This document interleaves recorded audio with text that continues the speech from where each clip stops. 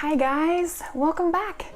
If you are new, my name is Lene and I'm the author of the Forever Fat Burner, as well as the founder of JourneyTowardJoy.com.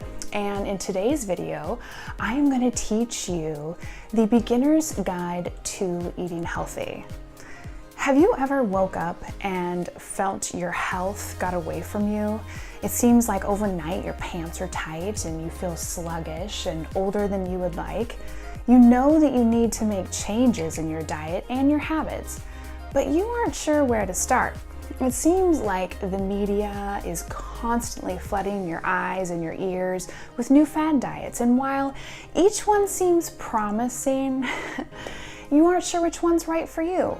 You see others succeeding at this diet or that diet, and it's confusing because they're all so different.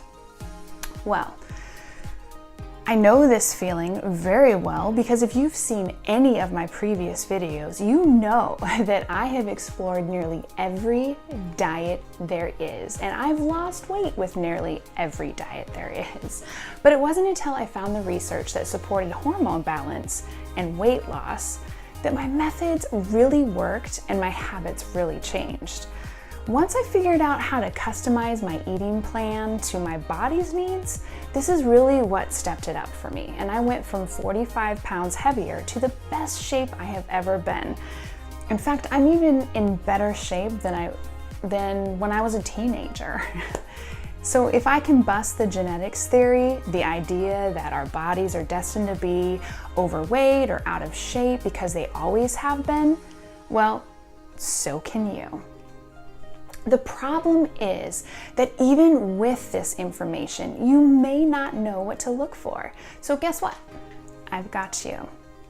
In this video, I plan to walk you through the tried and true step plan to help you navigate through customization of your nutrition plan if you are a beginner.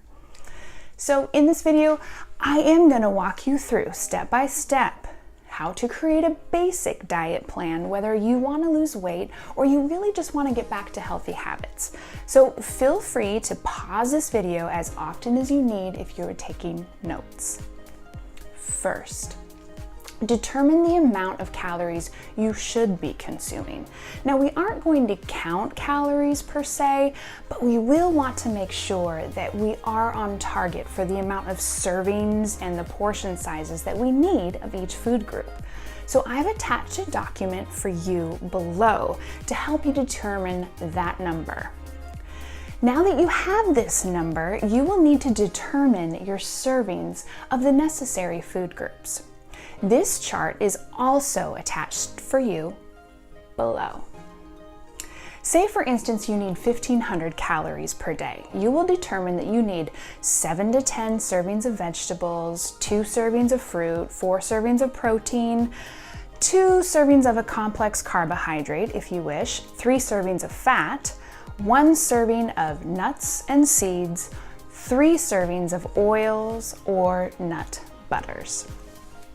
So now that we have the servings we need, we can choose items from the approved food list that we wish to eat. The best food options are colored green or black. Yellow is cautionary, and we want to avoid foods with asterisks or that are highlighted in red. The best choices are those that do not spike your insulin quickly and thus are categorized by color according to the effect that they have on your blood sugar and your insulin levels. We have the servings that we need per day. We have our food choices. Now let's discuss our eating schedule. An ideal day includes a minimum of 3 meals and 1 or 2 snacks depending on your needs. Breakfast should be eaten 30 minutes to an hour after waking and include lots of protein and a small serving of fruit and some veggies. I like an egg white omelet with spinach and about a half a grapefruit, or an unsweetened protein smoothie with frozen spinach and unsweetened coconut milk. 2 to 3 hours later, have the first snack of a veggie and protein or a fruit and protein. For me, I have a half a cup of berries right after a workout, and then 2 to 3 hours later, lunch consists of about 6 ounces of protein, a healthy fat or oil, and veggies. For example, chicken breast, 2 cups of baby kale, 2 tablespoons of homemade dressing made with avocado oil. And then 2 to 3 hours later, I'll have a snack of veggies and protein or fruit and protein. I usually have 2 cups of cherry tomatoes or cucumber at this time. And then 2 to 3 hours later and before 7 p.m., my dinner usually consists of protein, veggies, and fat. So grilled salmon, baked asparagus, half an avocado works. If you can process complex carbohydrates, have them for breakfast or at dinner.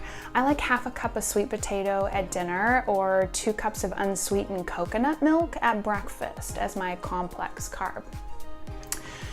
Lastly, each time you eat a meal or snack, you're going to mark it on your meal tracker, and I've attached this for you down below. Plug in your caloric needs and how many servings you need each day. Then determine on the tracking sheet what you have eaten and what you still need to eat that day that is remaining. Now, this basic high-dense nutrition plan is pretty simple. However, there are some additional tips that I have planned for you to help you get a little bit healthier. I'm going to share with you the areas that most people miss the mark when trying to start a new nutrition plan.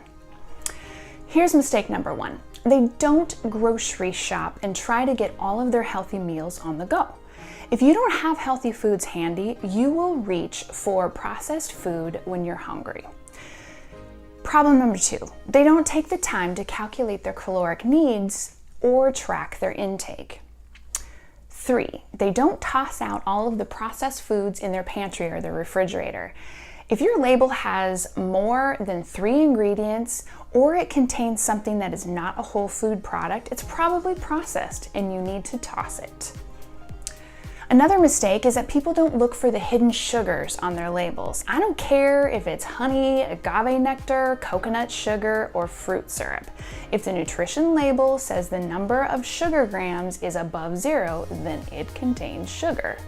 Let it go. Also, people don't cut out the foods that are preventing weight loss, such as sugar, dairy, and most grains. You've got to cut these out, especially if you're trying to overhaul your health. Another mistake. Folks don't allow some acceptable cheats at least 1 time per week. Examples could be dark chocolate, red wine, a gluten-free burger. Another mistake is they don't drink a minimum of 100 ounces per water. I'm not sure why people like to fight me on this, but your liver is working overtime to rid you of toxins and metabolize fat every day. So why won't you help it out by flushing things out faster? Drink your water. Another mistake is that people give up if they mess up once because they are perfectionists. This is about progress, not perfection. If you fall off the horse, get back on. It's all about the journey, not the destination. Here's the first thing that I want you to do to help get your momentum going and help change your eating habits. Calculate your caloric needs right now using the attached PDF that I have for you. Print off a meal tracking sheet, try 1 day of eating this way, and come back to me and tell me how it worked. I'll be looking for your questions and comments below. I look forward to seeing you in the next video, and I will share with you in the next video how to adjust this basic diet to help fit your needs and how to look for signs that your body is not in fat burning mode. But until then, remember every day to supercharge your health, to satisfy your soul, and to simplify your lifestyle. Mwah.